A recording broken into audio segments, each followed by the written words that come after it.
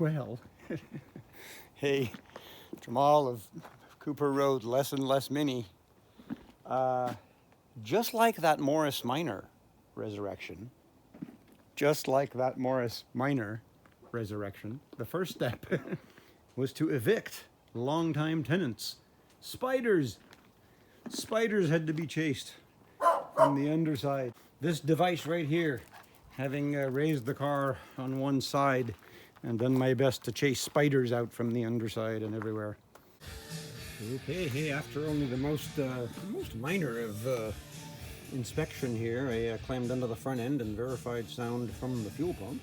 I took the air cleaner, the air box off, and verified no rodents. I took a leaf blower and kind of made sure nothing blew out of the fan area here. I've determined so far from numbers and such, the engine is a 1978 from a 911 SC, a 3 liter. So it's a little bit bigger than this 76 would have had, that the kind of leftover 2.7s as far as I've been able to tell, which were very good engines in their own right, except 75 to 77, they kind of had to make them overheat to make them pass emissions. So that's some of the good stuff. Dug around in here, got it hooked up. You know, let's just see if this will work. I had it fired up after some gas was tossed down it. Let me jump in here. Let's just see. In case it starts, I thought it'd be fun to have. And boy, this has got a left-handed key. Look at that. I'm not sure what this is all about. Oil pressure? Oil amount? Where's that turbo boost? We don't know yet. Haven't found the turbo. Let's take a look here. I can do it with one hand.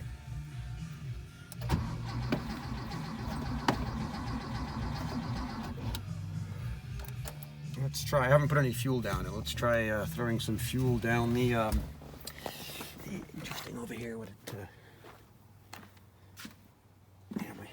Really, pardon my ignorance with these things. I've just never really been around them. This looks. I think there's a blow-off valve. When you get, you know, too much compression in the intake, it's got somewhere to go back into the airbox. But nah, I mean, there is no turbo. There is no forced. What's under here? I wonder. There's no forced induction, obviously. So I'm thinking that that right there seems to have a shot at the intake ports and the intake manifold. So I poured a little bit of my K5 Blazer ran over it once by setting it on the tire, but it keeps right on working, my little flask of fuel here. So give me a second here, let me accomplish that, and we'll fire this up again. Should I turn Def Leppard down? We're just messing around here. We don't know what's going to happen. Left-handed starting. All right, here we go. Woohoo! Did we hear that? It's not like I can show the engine though in this rear engine arrangement. But you know, a couple of times of doing that may bring the dirty fuel out of the fuel line, possibly, and get the fuel pump working. Let me try one more time here.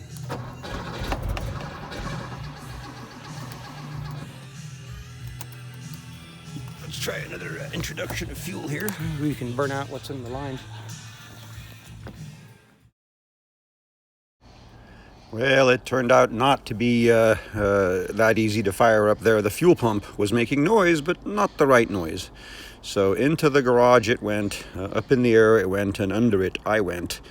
But here's some photos of bringing it home, getting it off the trailer, going into said garage.